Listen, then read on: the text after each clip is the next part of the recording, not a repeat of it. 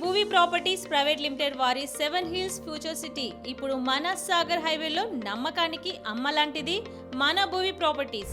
ఎకరానికి 20 రూపాయలు 50 రూపాయలు అనేది ఒక టీ దాగి పడేస్తే పోయే అన్ని రూపాయలు అవి మాకు ఏమాత్రం మా కుటుంబాల పోషణ కూడా పనికొచ్చేది కాదు. కాబట్టి మాకు కావాల్సిన హక్కు ఏంటంటే మాకు తీసుకునే ఏదైతే ఉపాధి కల్పిస్తున్నారో దానికి తగ్గట్టు మాకు తీసుకొని మాకు ఇవ్వండి అంటున్నాం అంతే. మేము ఏదో ఫ్రీగా ఏమంటారు ఉత్తది చేసేంత ఇదైతే కాదు. భార్య పిల్లల్ని పోషించుకోలేని పరిస్థితి ఏర్పడ్డది. కాబట్టి గవర్నమెంట్ తక్షణమే స్పందించి మాకు 30,000 గౌరవ వేతనంతో మమ్మల్ని సర్వేలో గుర్తించాలి. ఫ్యామిలీని ఇక్కడ పెట్టేసి అక్కడ పోయి చదువుకొని ఎగ్జామ్ రాసినాం మేము. దానికి ఎవడు బాధ్యతడు? ఇప్పుడు అప్పులు తీర్చుకోవాలన్నా లేకుంటే వీళ్ళకి ప్రోత్సహించాలన్నా ఎవడు బాధ్యతడు దానికి? తెలంగాణ రెవెన్యూ సర్వేయర్ హక్కులు అనేది వాళ్ళు సాధించుకోవాలని చెప్పేసి, అలాగే గౌరవ వేతనం కూడా వాళ్ళకి చెల్లించాలని చెప్పేసి కూడా ఈరోజు ధర్నా చౌక్ దగ్గర అయితే వాళ్ళు మహాధర్నా అనేది కొనసాగింపుగా చేస్తున్నారు. దానికి సంబంధించి వాళ్ళు ప్రధానమైన డిమాండ్లు ఏందో కూడా ఒకసారి అడుగుదాం. అన్న, ఏంది అసలు మీరు ప్రధానంగా డిమాండ్లు ఏం కోరుతున్నారు? అన్న, ఈ లైసెన్స్డ్ వ్యవస్థ స్టార్ట్ అయ్యి ఇప్పటికి సంవత్సరం.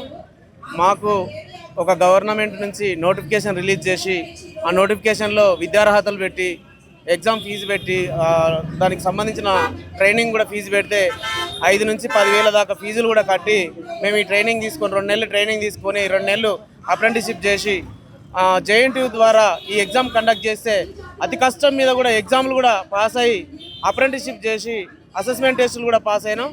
ఇవన్నీ పాస్ అయిన తర్వాత గవర్నమెంట్ మాకు నెలకు 30,000 సంపాదించుకోవచ్చు, కమిషన్ బేస్ ద్వారానైనా సంపాదించుకోవచ్చు, ఉపాధి కల్పిస్తున్నామని చెప్పి మాకు లైసెన్సులు ఇష్యూ చేయడం జరిగింది. ఆ తర్వాత ఇప్పుడు కొత్తగా రీసర్వే అని తీసుకొచ్చి దాంట్లో ఎకరాకు 20 నుంచి 50 రూపాయలు ఇస్తామని చెప్పేసి ఈ ప్రభుత్వం మమ్మల్ని రోడ్డు పాలు చేసింది. ఎందుకనంటే ఎకరానికి 20 రూపాయలు 50 రూపాయలు అనేది ఒక టీ దాగి పడేస్తే పోయే అన్ని రూపాయలు అవి మాకు ఏమాత్రం మా కుటుంబాల పోషణ కూడా పనికొచ్చేది కాదు. కాబట్టి మా ప్రధానమైన డిమాండ్ ఏంటంటే మా గౌరవ వేతనం 30,000 నెలకు 30,000 ఇచ్చేసి మమ్మల్ని ఏ విధంగా వాడుకుంటారో, మీరు భూభారతికి వాడుకుంటారా, మీరు వేరే ఏ సర్వేకైనా మమ్మల్ని వాడుకోవడానికి మేము హైలీ ఎలిజిబుల్ క్యాండిడేట్లం. కాబట్టి మమ్మల్ని అందరినీ మీరు గౌరవ వేతనంతో గౌరవించి మమ్మల్ని సర్వేలుగా గుర్తిస్తే మేము ప్రభుత్వానికి కట్టుబడి పనిచేస్తామని తెలియజేస్తున్నాము. అంటే కనీస పనిని కూడా కల్పించాలని చెప్పేసి అంటున్నారు. కనీస పని అంటే మీరు ఏం కోరుతున్నారు? కనీస పని అని అంటే మాకు ప్రతిరోజు ఆఫీస్లో ఉండే ఆఫీస్ వర్క్ కానీ ఎవరైనా మ్యూటేషన్స్ చేసుకోవడానికి, ల్యాండ్ మార్చుకోవడానికి ప్రతిదానికి సర్వే మ్యాపింగ్ ఉంటుంది. భూభారతి చట్టం వచ్చేది దానికోసం. ప్రతిరోజు మీకు చాలా వర్క్ ఉంటుందని చెప్పేసి మమ్మల్ని తీసుకోవడం జరిగింది. కానీ ఇప్పటి వరకు కూడా ₹1 సంపాదించుకునే పని కూడా మాకు కల్పించలేదు. సంవత్సరం గడుస్తున్నా ఇప్పటి వరకు కూడా ₹1 సంపాదించుకునే పని కల్పించలేదు. కాబట్టి మేము ప్రభుత్వాన్ని ముఖ్యంగా డిమాండ్ చేసేది అదే. సంవత్సరం నుంచి మా ఇంట్ల దగ్గర భార్య పిల్లల్ని పోషించుకోలేని పరిస్థితి ఏర్పడ్డది. కాబట్టి గవర్నమెంట్ తక్షణమే స్పందించి మాకు 30,000 గౌరవ వేతనంతో మమ్మల్ని సర్వేలో గుర్తించాలి. ఉద్యోగ భద్రత ఉండాలి, ఆరోగ్య భద్రత ఉండాలి. ఒక సర్వేరు లేనిది ఈ వ్యవస్థ నడవదు. రైతులకి ముఖ్యంగా ఎన్నో సమస్యలు ఉన్నాయి సర్వేల మీద. భూమి సర్వే చేసుకొని పంచాయతీలు తగాదాల మీదే చాలా ల్యాండ్ కేసులలో ఉన్నాయి. ఇవన్నీ పరిష్కారం చేయాలంటే మా సర్వేల వల్లనే అవుతుంది. ఈ ప్రభుత్వానికి మంచి పేరు రావాలన్నా మా సర్వేల వల్లనే అవుతుంది. రెవెన్యూకు ఫండింగ్ రావాలన్నా మా సర్వేల వల్లనే అవుతుంది. కాబట్టి మా సర్వేలను గౌరవ వేతనం ఇచ్చి మమ్మల్ని తీసుకొని విధుల్లోకి తీసుకొని పనిచేయించుకోవాలని కోరుతున్నాము. 30,000 జనాభా, 6,500 మంది మొత్తం కుటుంబాలకు సంబంధించి కూడా సర్వేయర్లు ఉన్నారు అంటారు. గత ప్రభుత్వంలో ఉన్నటువంటి మీకు ప్రాథమిక హక్కులు ఎలా ఉన్నాయి, ప్రస్తుత ప్రభుత్వంలో మీకు వాటికి తేడా ఉందంటే ఎట్లా ఉందన్న?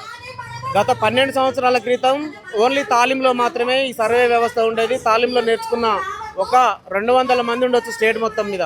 ఆ 100-200 మంది మాత్రమే నేర్చుకొని వాళ్ళు ఈ గవర్నమెంట్ సర్వేయర్లకి, డిప్యూటీ సర్వేయర్లకి అనుసంధానంగా ఉంటూ వాళ్ళు నెలకు 12,000 జీతంతో పనిచేసారు. అప్పుడు ఇప్పుడు కూడా చేస్తున్నారు వాళ్ళు.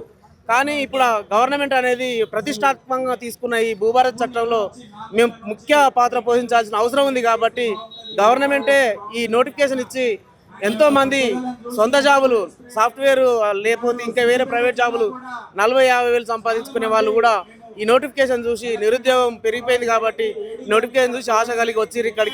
ఇక్కడికి వచ్చిన వాళ్ళ అందరి జీవితాలు ఈ ప్రభుత్వం మోసం చేసిందని మేము ఈ సభాపూర్వకంగా తెలియజేస్తున్నాం. ఎందుకనంటే ఇంతమంది జీవితాలు పొట్టన పెట్టుకోవడం ఈ ప్రభుత్వానికి ఏదో విధంగా ఎదురుదెబ్బ తగులుతుందని చెప్తున్నాం. మాకు గౌరవ వేతనం ఇచ్చేంత వరకు మీ పోరాటం ఆపం. ఖచ్చితంగా గవర్నమెంట్ గౌరవ వేతనం ఇవ్వాల్సిందే. అర్హులైన వారికి కాకుండా సర్వేయర్లకు అనర్హులైన వారిని కూడా తీసుకున్నట్టుగా కూడా వినబడుతుంది. అంటే అనర్హులైన వారికి అంటే ఎంత వాళ్ళు అంటే అక్కడ క్వాలిఫికేషన్ ఎంత చూసి అనర్హులైన వారికి కూడా ఈ అవకాశం కల్పించింది.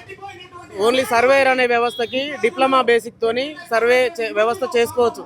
ఆ సర్వేయర్ వ్యవస్థ అనేది డిప్యూటీ సర్వేయర్కే మెయిన్గా ఉన్నది డిప్లొమా. నేను ఎంటెక్ క్యాండిడేట్ని. ఎంటెక్ చదివిన మేము కూడా ఈ వ్యవస్థలోకి వచ్చినాం. బీటెక్ ఎంటెక్ డిప్లొమా ద్వారా కూడా ఈ సర్వే మొత్తం చేయాల్సిన అవసరం ఉన్నది.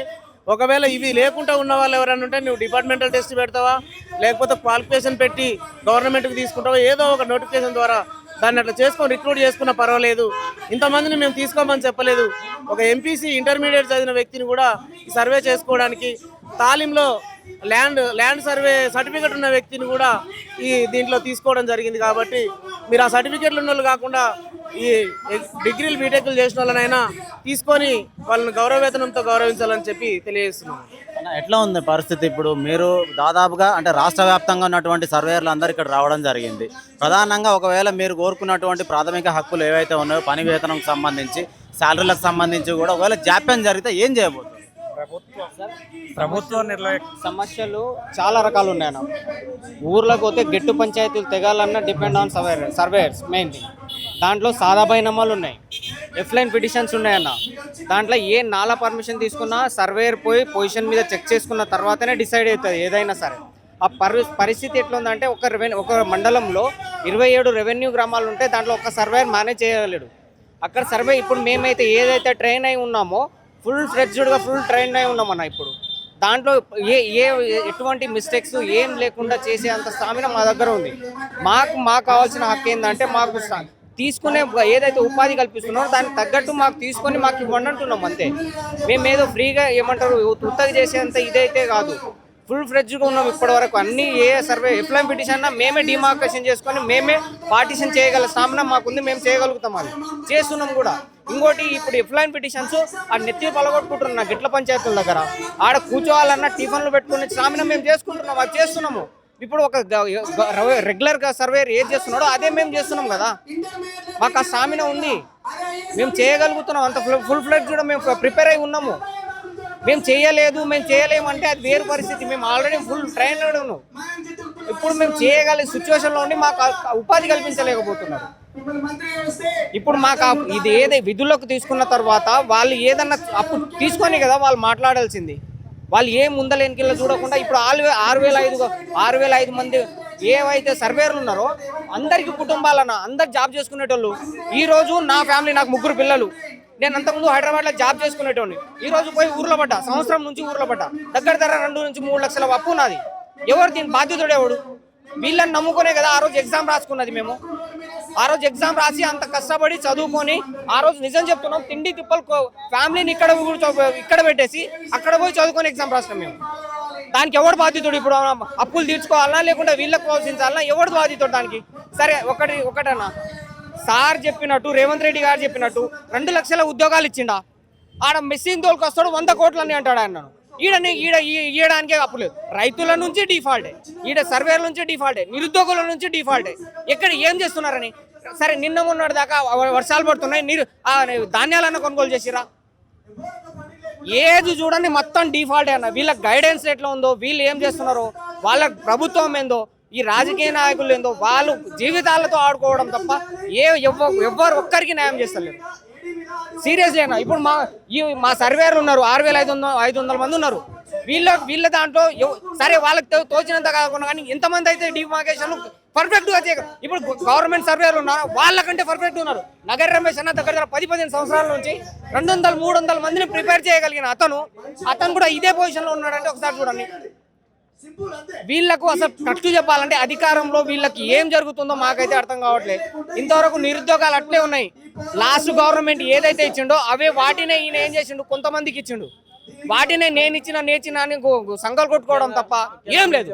ఏంటంటే గవర్నమెంట్ మా డిమాండ్స్ కనుక నెరవేర్చకపోతే ఇంత ముందుకు కేసీఆర్ గారు జాబులు వేయట్లేడని గవర్నమెంట్ను పడేసి ప్రజాప్రభుత్వాన్ని కాంగ్రెస్ని తీసుకురావడం జరిగింది. ఇదే గతి రేవంత్ రెడ్డి ప్రభుత్వాన్ని కూడా పడుతుందని మేము ఈ సభాపూర్వకంగా తెలియజేస్తున్నాం. లాస్ట్ ఇయర్ సార్ మన కేసీఆర్ గారు ఓడిపోవడానికి కారణం నిరుద్యోగులే. ఉద్యోగుల మీద మేమే ఫైట్ చేసినాం. సార్కి వ్యతిరేకంగా నేనే 14 ఊర్లు తిరిగిన. నా వీడియోలు ఇప్పుడు కూడా చూపిస్తా. ఇదే పరిస్థితి రేవంత్ రెడ్డికి చూపించకపోతే పరిస్థితులు మా సర్వేయర్లు అందరూ ఒక్కొక్కరు నేను చెడగొట్టింది కాకుండా 13 మందిని చెడదెగుతా. కానీ ఈయనకు మాత్రం ఏం చెప్పాలో రేపు సెకండ్ తర్వాత వాళ్ళు తీసుకునే డిసిజన్ బట్టి మేము కూడా ఫార్వర్డ్ అవుతాం. మరి ఇప్పుడు 14 గ్రామాలకు సంబంధించి నేనే దగ్గరుండి తిరిగినా అని అంటున్నారు. అంటే కేసీఆర్ని గద్దె దించడానికి ఏ విషయంలో మీరు 14 గ్రామాలు తిరగాలి? నిరుద్యోగులము గత పీజీ చేసిండు, ఎంటెక్ చేసిండు. ఎన్ని సంవత్సరాల నుంచి కొడతాం? మా సొంతం నేనే 5 సంవత్సరాలు కూర్చుంటే ఆశలు ఏమంటారు కోడి మొత్తం బొచ్చు బిగిన తర్వాత మనకు ఒక ధాన్యం పడే సెట్లో ఆ పరిస్థితి మాది. ఏ ఉద్యోగం ఉన్నా ప్రతి దానికి ట్రై చేస్తున్నాం. కాంపిటీషన్ ఎక్కువ ఉన్న దానికి ఇప్పుడు కొట్టుకున్నాం. ఇప్పుడు చేసినాం, ఎగ్జామ్ రాసినాం, ఫుల్ ప్రెజర్గా ఫుల్ ట్రైన్ అయి ఉన్నాము, చేసుకుంటున్నామని అంటున్నాం కదన్న. దానికి లేదు, ఎలిజిబుల్ కాదని వాళ్ళు ఏ ఎగ్జామ్ పెట్టమనండి. అంటే ఇప్పుడు గత ప్రభుత్వంలో కేసీఆర్ చేసిన అన్యాయానికి గద్దె దించినామో మేము దగ్గరుండి కృషి చేసినామని అంటున్నారు. ఇప్పుడు ఈ రేవంత్ రెడ్డి కూడా ప్రజాపాలన అని అంటున్నాడు కదా. అంటే మీకు ఈ ప్రజాపాలనలో ప్రజాభవన్ దగ్గర మీరు దరఖాస్తులు గతంలో చేసుకుంటే ఏవి నెరవేరిన సందర్భమే లేదా? రేవంత్ రెడ్డి గారు ప్రజాపాలన అని చెప్పి ఇప్పుడు లైసెన్స్ సర్వేర్లని భూభారతిని ప్రతిష్టాత్మకంగా చేస్తా అని చెప్పి లైసెన్స్ సర్వేర్లను తీసుకుండు.